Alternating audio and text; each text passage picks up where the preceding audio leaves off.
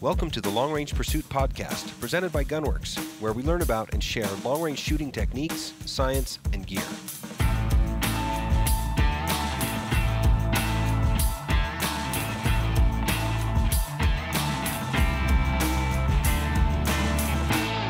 All right, guys, we're doing a quick 15-minute, hopefully, Ask Aaron segment on today's episode of the LRU podcast.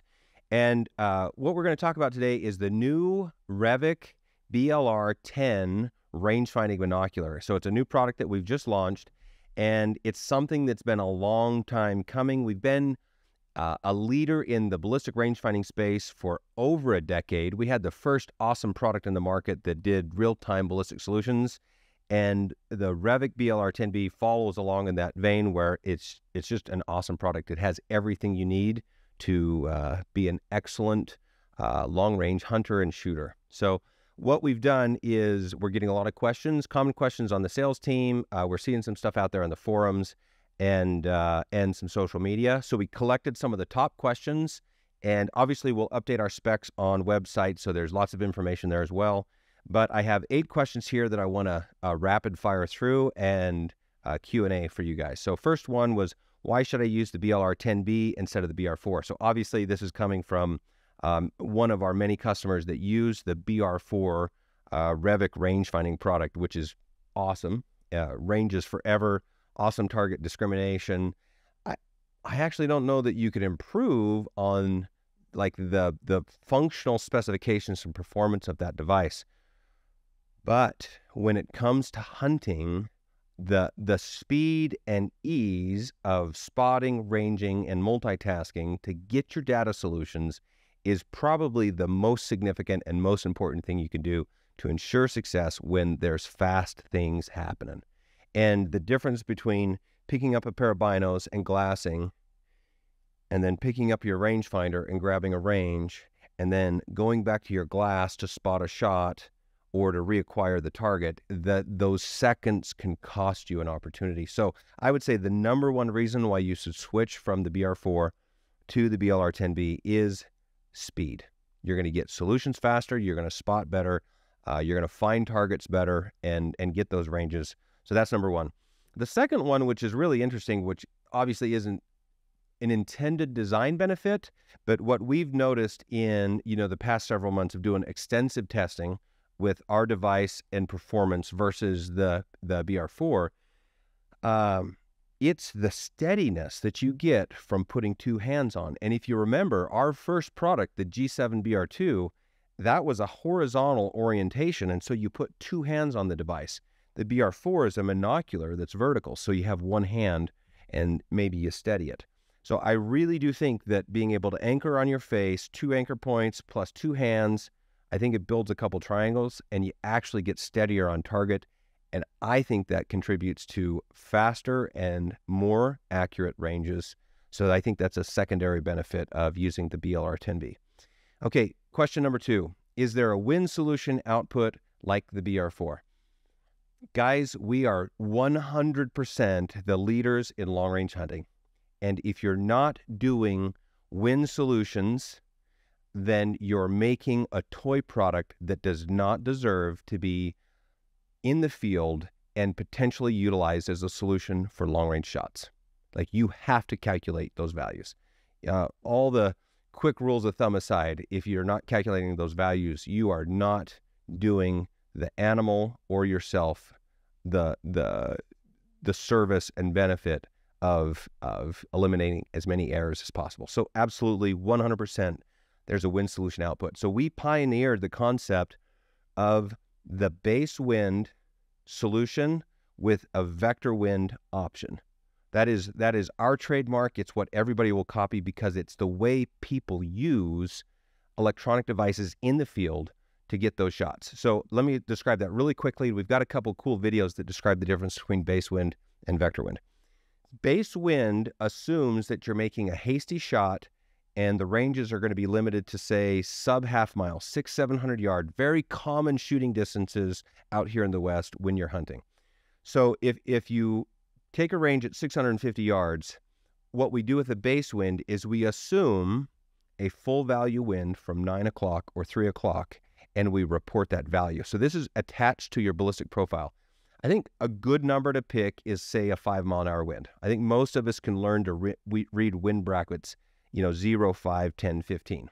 So most of us can do a pretty good job with wind brackets that are 0, 5, 10, 15 miles per hour.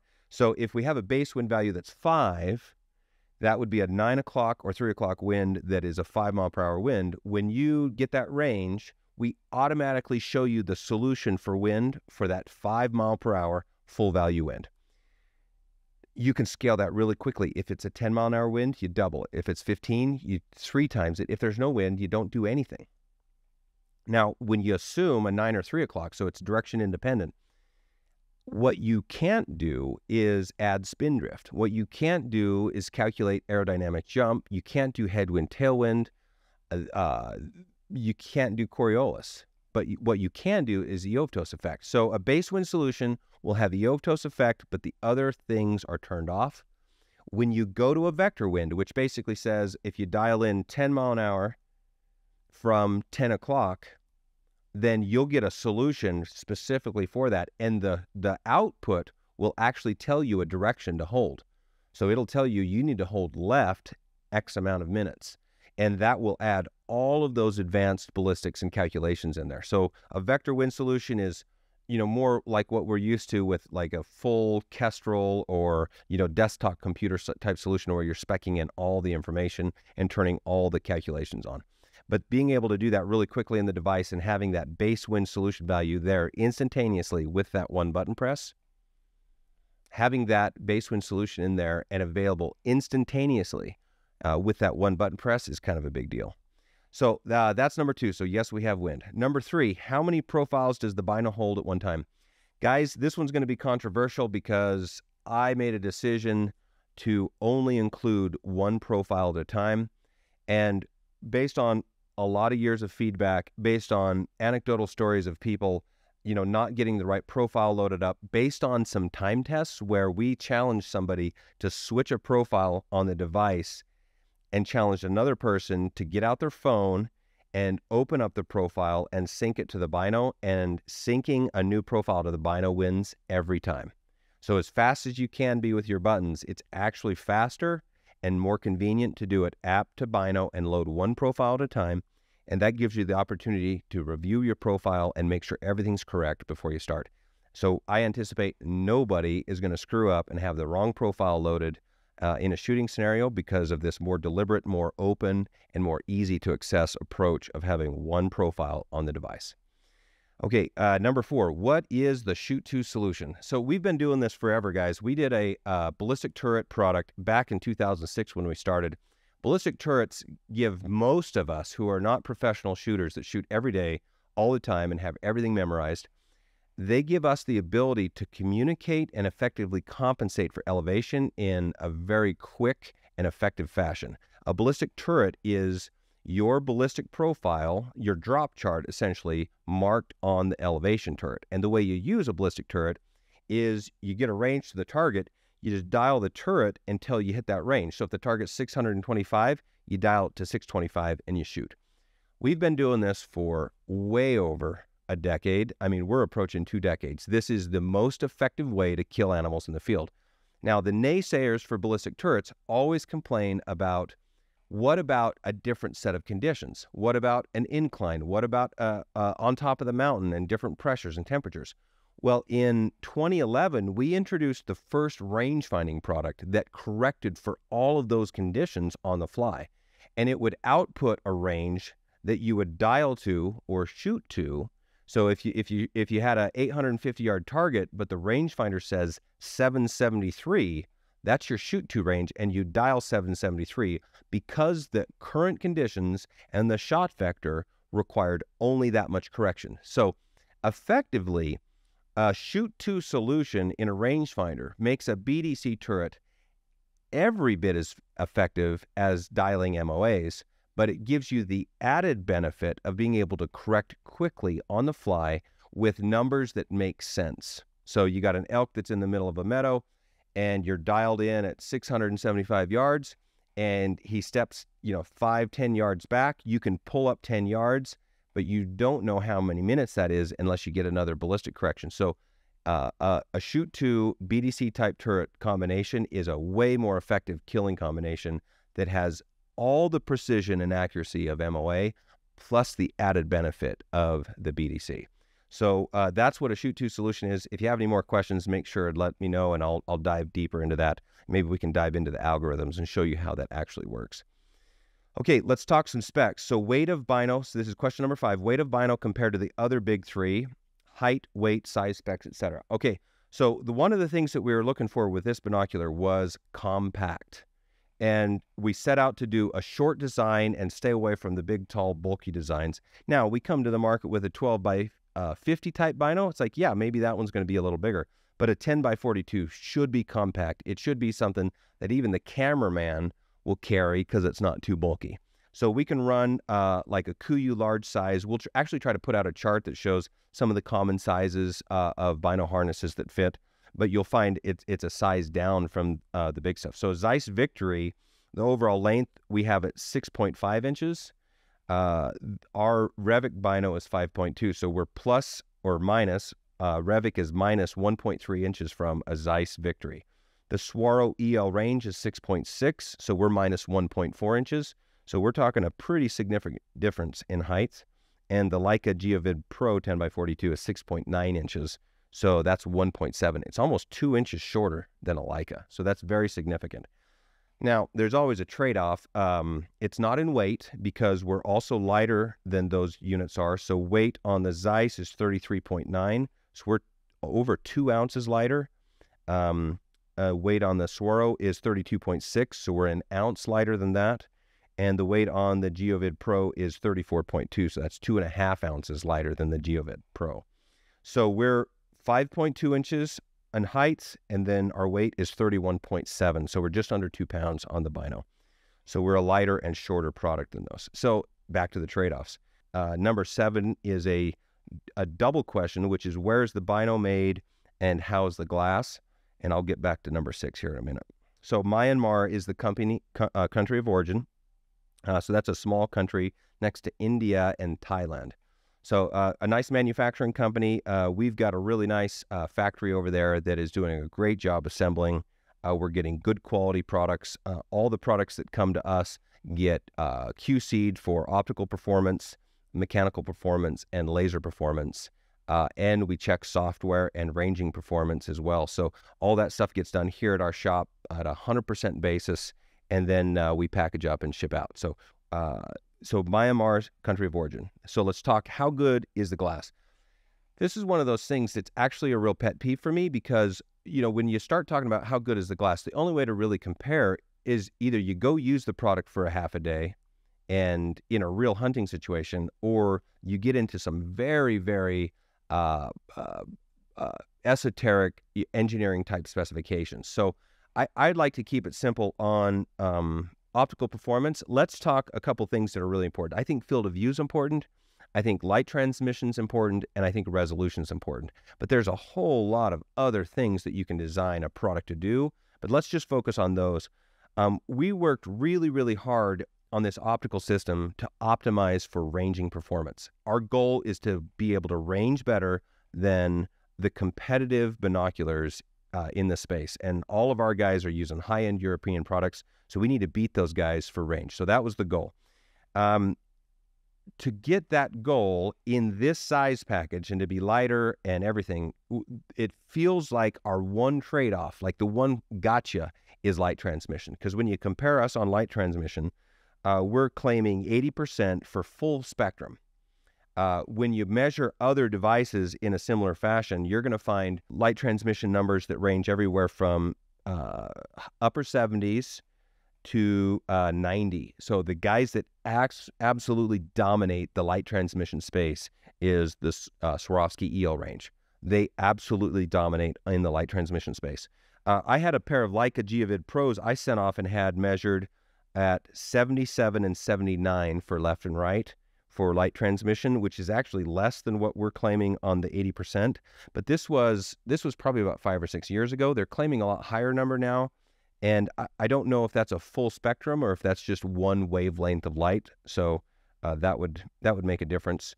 And then I have a Zeiss Victory spec that we measured that was 85 in one, 74 in the other. And generally where you see the drop-off in light transmission is in the barrel that has the display. Because to put that display in the barrel, you have to notch that wavelength of light, and that notch coating generally restricts some of the energy that transmits for full spectrum. So not the best in light transmission, but in a lot of these measurements that we have, we're not the worst either. So I feel like light transmission, we're going to rank that, 8.5 out of 10, where our competitors in the 8 to 9 out of 10. So I think we're really good on light transmission. Resolution-wise, you'll see some different specifications for that. Again, you've got, Swarovski, Zeiss, Leica. You're going to see numbers that are in the 3.5, 4 on specification. Our average for resolution is 4 arc seconds, and I tested a sample right before I sat down for this podcast. I tested this, and I tested my Zeiss range-finding binoculars right beside it. So I measured a 4.5 on this unit, which is a little bit above our average, but it is still below our specification tolerance. And then I measured a 5.1 on my Zeiss binos. So we actually had a center of field resolution, which was a little better in this device than the one pair of Zeiss's that I measured to compare to. I think you'll find that the resolution and field of view are absolutely competitive with anything that's out there. And where anybody is going to have a complaint is if you're going head-to-head with a Swarovski and you're trying to look at animals at the last 5 minutes before dark. And that you're going to see a difference right there. Otherwise, I really don't feel like you're going to see a difference in the optical performance of these units. Coatings-wise, fully hydrophobic coating added on the exterior of the lenses, and then nitrogen-filled, multi-coated interior optical components. So we're trying to squeeze as much light through there as we can. So that's how's the glass. Absolutely competitive. And if you look at a $1,700 difference in price, and you look at the added benefit of this ranging package and our ballistic package, I think it's a steal for the $26.95 we sell these for. So now we're on ranging. Let's talk about ranging. So that's question 6. How far will the binos range? I hate this question worse than the optical question. Optics is so subjective, but range is also. A group of experts did a super comparison test a few years ago where they set up some products and measured our G7BR2 against some new competing products, and that they actually got royalties out of. And guess which ones won? It was the ones they got the royalties out of. But I think if we look over the last 4 or 5 years of performance and you look at the feedback in the forums, you would see that the guys that have our product consistently get better ranges and better performance than the so-called better product according to their test. So until the industry develops a standardized testing methodology that users can perform to compare, I think you're going to have to rely on the reputation of the maker to tell you whether the product is superior or not, and then make the purchase, make the plunge, buy the product, and if their reputation holds, then you'll be satisfied with the product that you get. We've been creating the best long-range hunting rangefinders for longer than anyone else in this space. Anyone.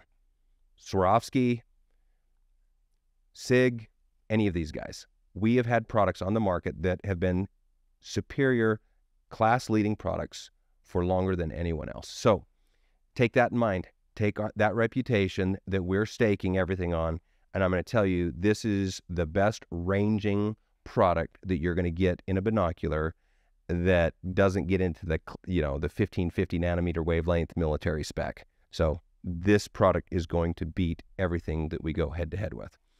Okay, so ranging performance, we have a couple different range modes. We have just a standard, it's a really fast digital target acquisition mode. Most of the time, out to 1,200 yards, 1,400 yards, you're going to get the range that you're looking for. It's very, very fast. If you need a little bit more range than that, we've got a secondary mode called long range mode. And when you switch to that mode, it actually collects a little bit more data and builds a better signal. So up to 5 seconds of ranging there. So the long-range mode is going to get you data in almost every situation out to, say, 2,300. This is my anecdotal experience in the field in hunting situations where I'm trying to plant a stalk or I'm trying to get to this hill and I've got all sorts of terrible light or other conditions. I'm getting ranges that are over 2,000 yards. Now, if we're talking, reflective targets, we're talking, houses, we're talking, all the stuff that maybe is a little sensational, big vertical faces, absolutely, you're going to get ranges 3,000, 4,000 yards. I mean, we've clocked some numbers that are 7,000.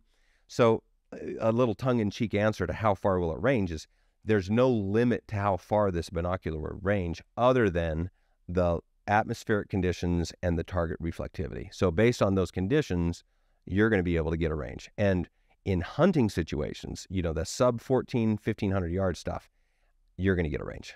It works really well. You're going to be very impressed with fog, snow, rain. The near far targeting modes give you a lot of options for detecting targets that some of the other devices don't do for you. Okay, let's jump to the last question, and that's question 8. What is the warranty on the binos?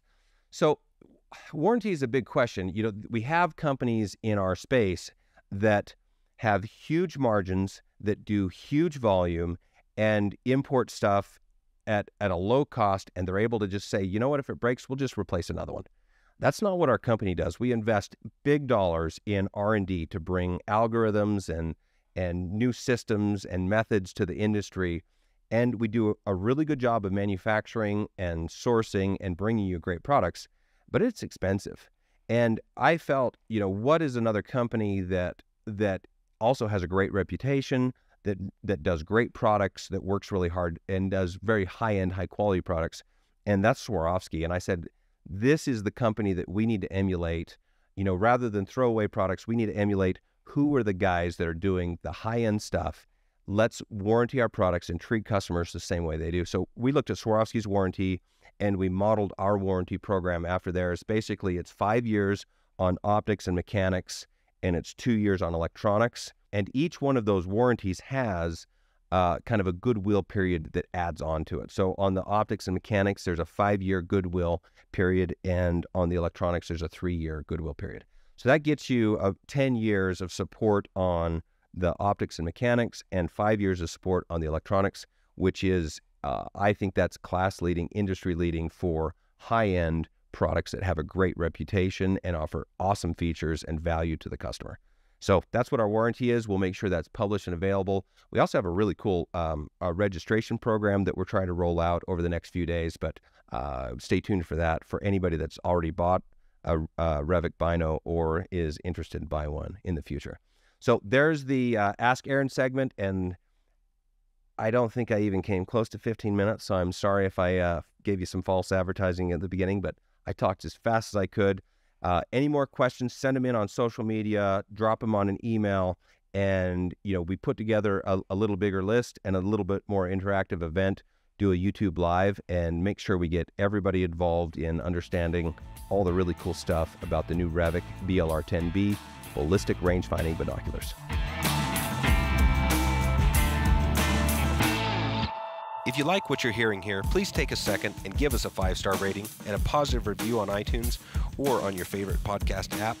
We appreciate your feedback and suggestions for topics you'd like discussed or questions you want answered on the podcast.